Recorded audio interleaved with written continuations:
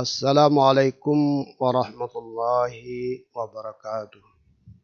Alhamdulillahi rabbil alamin. Wassalatu wassalamu ala asrafil anbiya'i wal mursalin wa ala alihi wa sahbihi ajmain. Rabbi shrah li sadari wa yassir li amri wahlul 'uqdatam min lisani yafqahu qawli. Baiklah anak-anak. Pada pagi hari ini, materi pada pagi hari ini adalah pendidikan agama Islam. Nah, yang kita akan bahas adalah tentang dasarnya persatuan dalam ibadah haji. Dasarnya persatuan dalam ibadah haji dan umroh. Ini yang pokok bahasan kita pada pagi hari ini tentang bab haji. Anak-anak sekalian, minggu kemarin kalian telah membahas tentang zakat fitrah dan zakat mal. Pada anak-anak hari ini kita membahas tentang dasarnya persatuan dalam ibadah haji dan umroh. Hari ini kita membahas tentang haji dan umroh, tentang haji. Anak-anak sekalian, perlu kalian ketahui, setiap bulan Zulhijjah, umat Islam di dunia banyak yang melaksanakan rukun haji.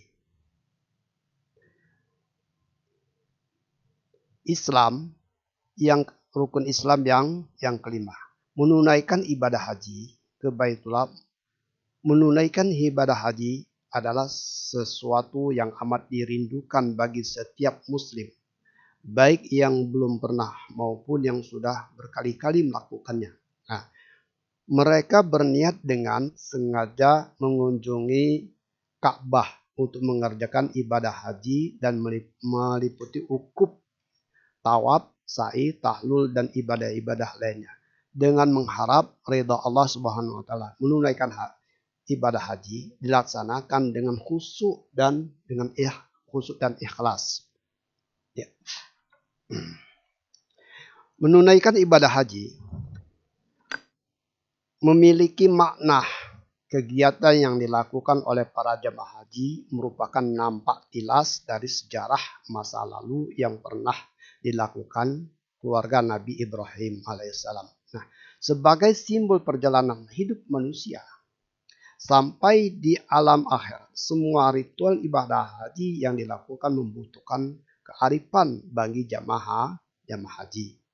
Untuk mendalami hikmah di balik kegiatan yang dilakukan, agar ada perubahan tingkah laku setelah kembali ke daerah asalnya masing-masing dengan harapan mendapatkan predikat haji mabrur.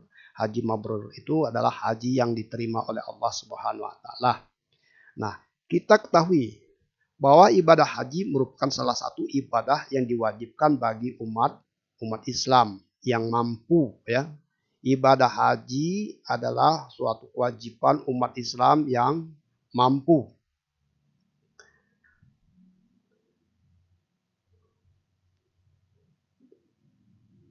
Menunaikan ibadah haji memiliki makna yang, sekali lagi saya ingatkan, menunaikan ibadah haji memiliki makna bahwa kegiatan yang dilakukan oleh para jemaah haji merupakan nampak tilas dari sejarah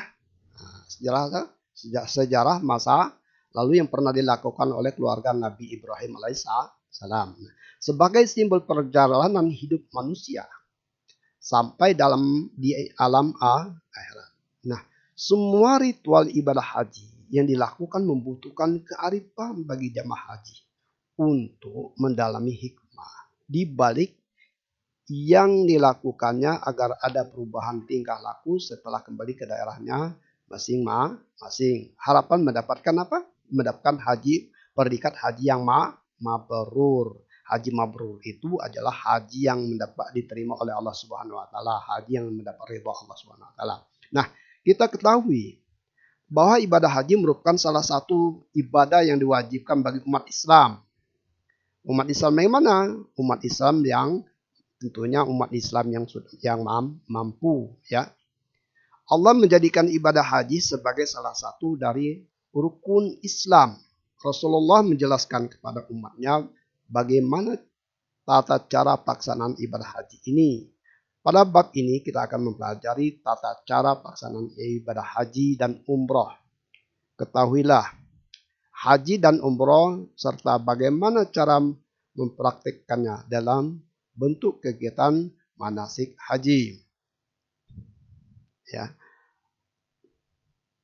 manasik haji. Itu anak-anak sekalian ya, tentang berkaitan dengan haji.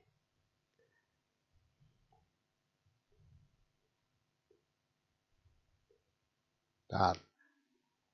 Oke. Nah, haji bagaimana yang bagi orang yang belum bisa melaksanakan haji, umpamanya yang tidak mampu.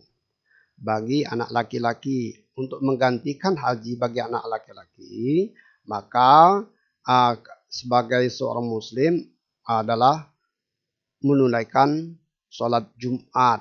Sholat Jumat itu akan mendapatkan pahala sama dengan haji berturut-turut ya.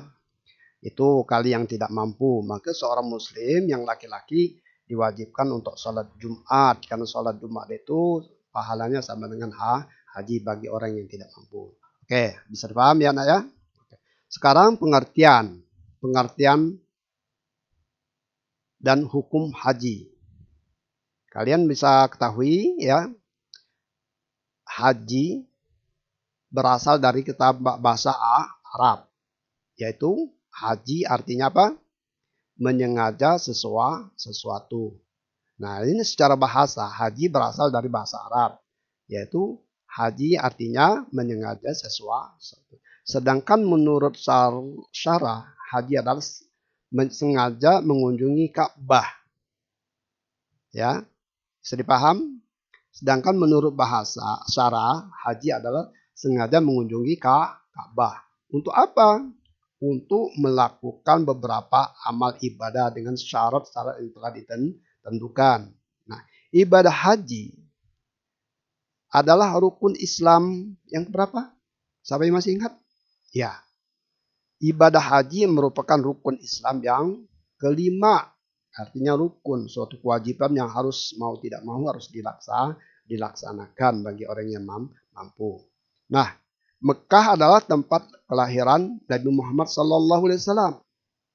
Anak-anak harus mengetahui Mekah itu apa? Mekah itu tempat kelahiran Nabi Muhammad SAW. Di kota Mekah tersebut terdapat Ka'bah yang dijadikan kiblat bagi umat Islam atau umat Muslim seluruh dunia. Nah, ini harus kalian ketahui, ya. Kota Mekah itu merupakan kelahiran Nabi Muhammad Sallallahu Alaihi Wasallam.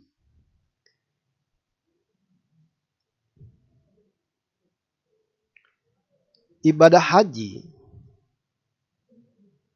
haji hukumnya wajib bagi yang mampu. Apa nak? Hukum ibadah haji? Ya. Ibadah haji wajib bagi yang mampu. Sebagaimana dijelaskan oleh Allah Subhanahu wa taala di dalam surat Ali Imran. Surat Ali Imran ini surah ketiga ayat 97. Surat Ali Imran surah ketiga ayat 97. Ini dasarnya hukumnya wajib bagi haji tersebut. Sebagaimana Allah berfirman, fihi ayatum bayyinatum maqama Ibrahim. Wa man dakhalahu kana amina. Walillahi 'alan nas hijjul baiti man istata'a ilaihi sabila. Wa man kafara fa innallaha ghaniyyun 'anil 'alamin. Nah, ini ayatnya. Surah Ali Imran, surah ketiga ayat 97. Artinya, di sana terdapat tanda-tanda yang jelas.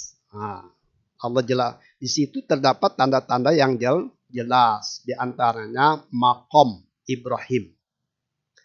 Barang siapa memasukinya, Baitullah, amanlah dia. Dan di antara kewajiban manusia terhadap Allah adalah melaksanakan ibadah haji ke Baitullah, yaitu bagi orang yang mampu mengadakan perjalanan ke sana. Barang siapa mengingkari kewajiban haji, maka ketahuilah bahwa Allah Maha Kaya, tidak memerlukan sesuatu dari seluruh alam. Nah, ini ya anak-anak sekarang ya. Nah, di Mekah itu terdapat tanda-tanda yang nyata. Apa tanda-tandanya? Salah satunya adalah makom. Kalian harus mengetahui, makom dengan makam beda. Kalau makam kuburan. Yuk kita ke makam, itu kuburan. Kalau makom, nah, apa makom? Tahu kalian? Makom itu bekas telapak kaki Nabi Ibrahim. Ya, sedikit Bapak jelaskan. Makom itu bekas telapak kaki Nabi Ibrahim ketika Nabi Ibrahim dengan Ismail membangun Ka'bah. Itu makanya terdapat tanda makom. Dari zaman dulu udah berapa abad sampai sekarang masih ada. Itu tanda bukti nyata yang dipelihara oleh Allah dari zaman dulu semenjak sampai sekarang masih ada, masih utuh. Nah, berdasarkan ayat tersebut, ya, berdasarkan ayat tersebut sudah jelas bahwa perintah melaksanakan haji adalah wajib bagi yang mampu dan sekali dalam seumur hidup. Nah, haji itu wajibnya cuma sekali, nak. Haji itu cuma wajibnya 1 kali. Kalau harus 2 kali, 3 kali dan seterusnya, nah, itu bukan lagi wajib. Itu adalah sunnah. Dikerjakan dapat pahala, tidak dikerjakan kita tidak berdosa. Jadi itu sunnah. Kalau wajibnya adalah cuma 1 kali. Maksud dari mampu adalah secara material. Ingat, maksud dari mampu adalah secara material, yaitu cukup untuk biaya dirinya sendiri maupun untuk keluarga yang ditinggalkan. Dan mampu secara fisik atau sehat selama melaksanakan ibadah haji. Di samping 2 hal tadi juga tersedianya transportasi yang aman menuju ke Mekah. Bagi umat Islam yang sudah mampu akan tetapi tidak melaksanakan haji, maka akan mendapat dosa karena sudah meninggalkan suatu kewajiban. Jadi anak-anak, kalau memang keluarga kita sudah mampu untuk melaksanakannya, maka kerjakanlah ibadah haji itu. Kalau kita sudah diberikan kemampuan oleh Allah tidak kita melaksanakan, berarti suatu perbuatan yang dosa. Karena haji itu adalah merupakan kewajiban. Di samping wajib melaksanakan haji, umat Islam juga wajib melaksanakan ibadah umroh. Oleh karena itu, para jamaah haji pada saat yang di tanah suci melaksanakan ibadah haji dan ibadah umroh, adapun tata cara pelaksanaan kedua ibadah itu ada 3 macam. Ya, ada 3 macam. Sekali lagi, di samping wajib melaksanakan ibadah haji, umat Islam juga wajib melaksanakan ibadah umroh. Oleh karena itu, para jamaah haji pada saat di tanah suci melaksanakan ibadah haji dan ibadah umroh. Adapun tata cara melaksanakan kedua ibadah itu ada 3 macam cara pelaksanaan haji. Yang pertama, ifrad. Yang kedua, tamattu. Yang ketiga, qiran. Ifrad yaitu mengerjakan haji terlebih dahulu, baru mengerjakan umroh. Nah, itu ifrad. Mengerjakan haji terlebih dahulu, baru mengerjakan umroh. Pilihan kedua, tamattu, yaitu mengerjakan umroh terlebih dahulu, baru mengerjakan haji. Qiran, yaitu mengerjakan haji dan umroh secara bersamaan. Nah, jadi cara melaksanakan ibadah haji itu ada 3 cara. Yang pertama ifrad, yang kedua tamattu, dan qiran. Gitu ya. Nah, bisa dipahami ya, Dayam? Oke, kalau bisa dipaham.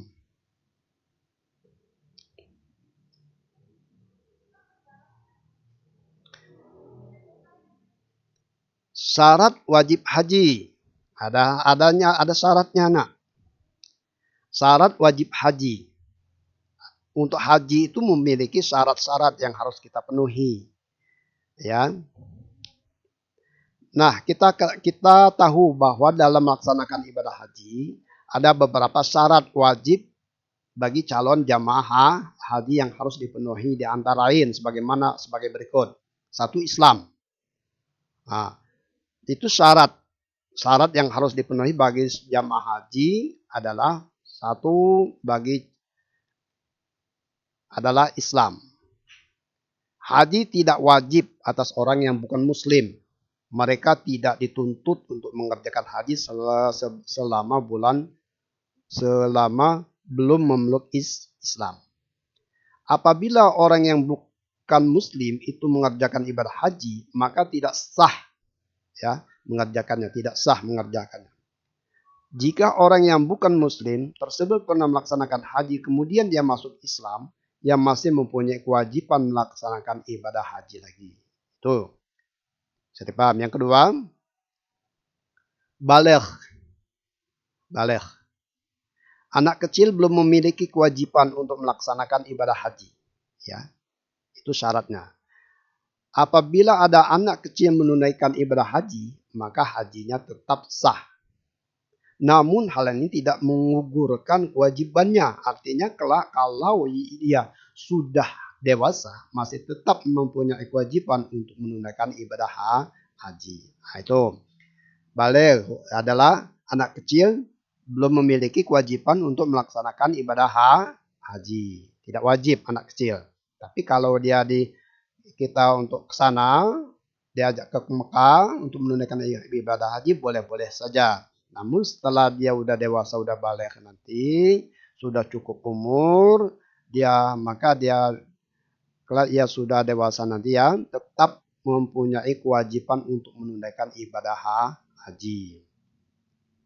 Tuh, kalau itu yang ketiga, berakal sehat. Nah, ini.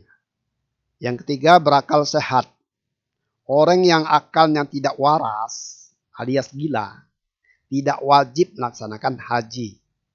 Orang semacam ini tidak mempunyai kelayakan untuk mengerjakan ibadah haji.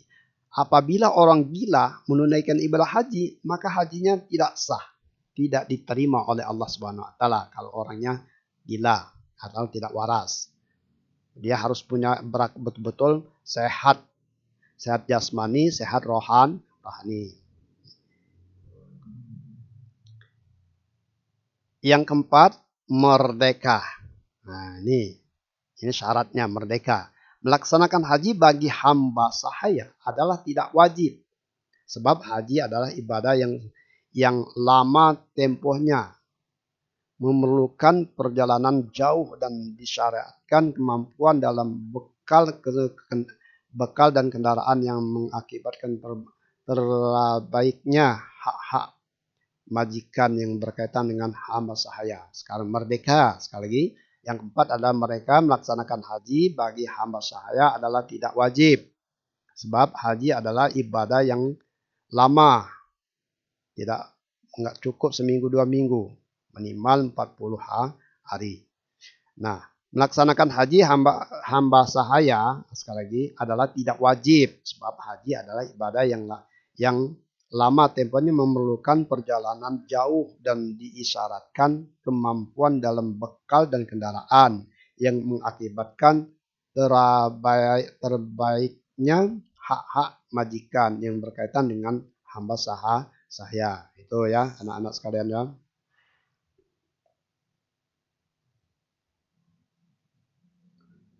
Yang kelima, mampu. Nah, ini syaratnya.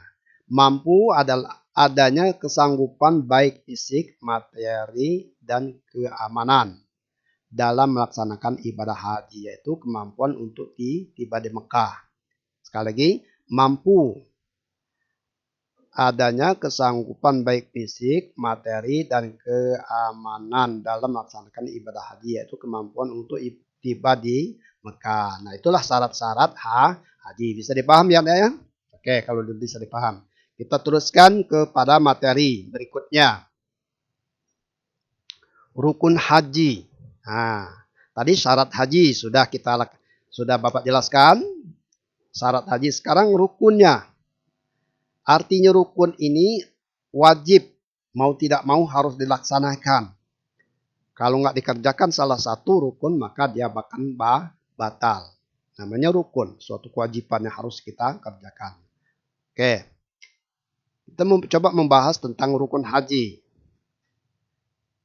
Agar haji kita dilaksanakan menjadi sah, ya, agar haji kita yang kita laksanakan menjadi sah, maka kita harus melaksanakan rukun haji.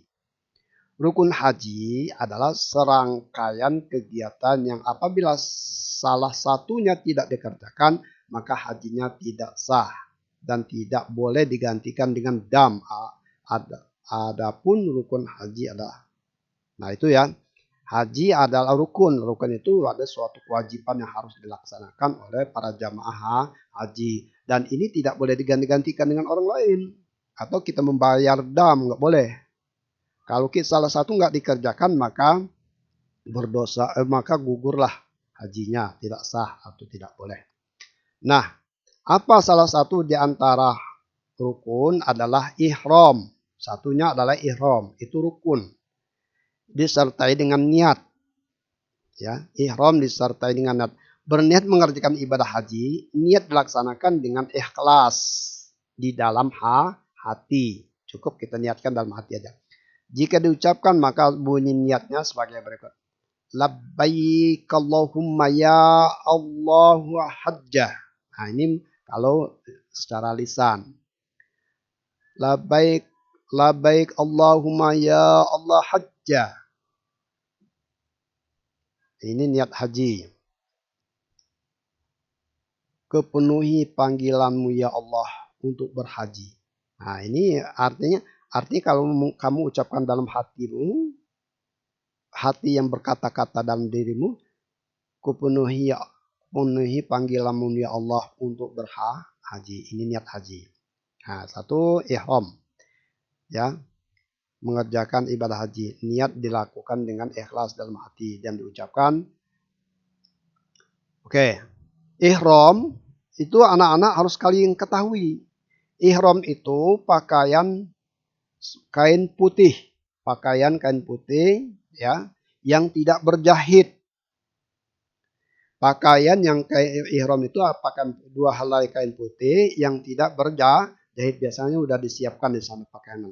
Nah, bagi yang berihram atau memakai ihram itu untuk anak laki-laki tidak boleh memakai pakaian yang berjahit. Maaf, sekali lagi, pakaian kopiah saja nggak boleh.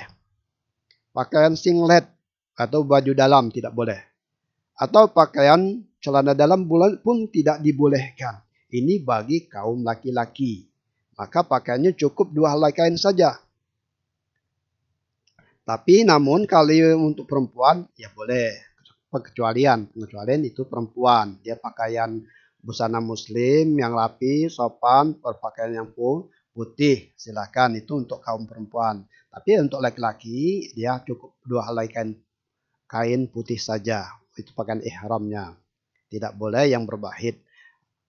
Apalagi pakai peci nggak boleh. Pakai singlet boleh, tidak boleh. Pakai celana dalam pun kita tidak boleh. Itu orang untuk ihram. Ini yang harus kalian ketahui. Yang kedua, wukuf. Wukuf artinya hadir di padang Arafah. Wukuf itu hadir di padang Arafah pada waktu yang telah ditentukan. Nah, yaitu mulai dari tergelincirnya matahari waktu zuhur tanggal 9 Zulhijjah sampai terbit fajar tanggal 10 Zulhijjah. Nah, itu yang kedua wukuf. Wukuf itu ya hadir di padang Arafah pada waktu yang telah ditentukan. Mulai dari tanggal tergelincirnya matahari, waktu zuhur tanggal 9 Zulhijjah sampai terbit fajar tanggal 10 Zulhijjah. Itu adalah pada waktu wukuf. Tawaf adalah mengelilingi Ka'bah. Nah, mengelilingi Ka'bah sebanyak 7 kali. Dimulai dari sudut Hajar Aswad. Nanti kalau kamu ke Mekah nanti, nah itu tawaf. Tawaf itu adalah mengelilingi Ka'bah sebanyak 7 kali. Dimulai dari sudut Hajar Aswad dan berakhir di sudut Hajar Aswad pula. Dan Ka'bah berada sebelah kiri orang yang bertawaf. Perlawanan dari arah jarum jam. Tawaf rukun ini dinamakan tawaf ibadah sebagaimana firman Allah Subhanahu wa taala, "Tsummal yaqdu tafasahum wal yufu nuzurahum wal yattawafu bil baitil atiq."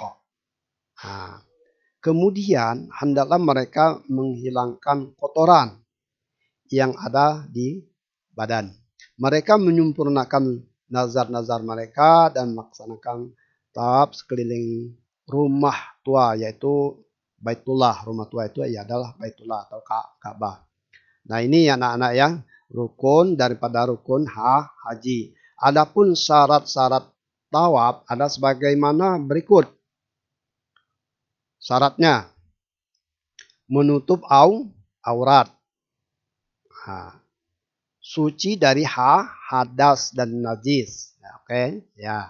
Ka'bah hendaklah berada di sebelah kiri orang yang tawaf. Tawaf dimulai dari Hajar Aswad. Tawaf dilaksanakan sebanyak 7 kali. Tawaf dilaksanakan dalam masjid. Nah, itu.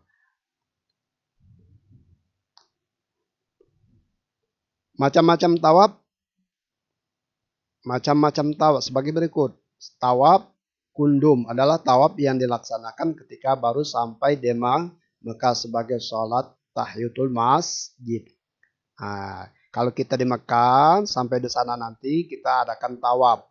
Tawaf yang dilaksanakan ketika baru sampai di Mekah sebagai sholat tahiyatul masjid. Ganti sholat tahiyatul masjid adalah kita tawaf keliling Ka'bah. Tawaf ibadah adalah tawaf rukun haji. Tawaf wada adalah tawaf yang dilaksanakan ketika akan meninggalkan Mekah. Ya. Tawaf wada adalah tawaf yang dilaksanakan ketika akan meninggalkan kota Mekah, meninggalkan Mekah. Tawaf tahallul adalah penghalalan barang yang haram karena ihram. Nah, tawaf nazar adalah tawaf yang dilaksanakan karena adanya nazar.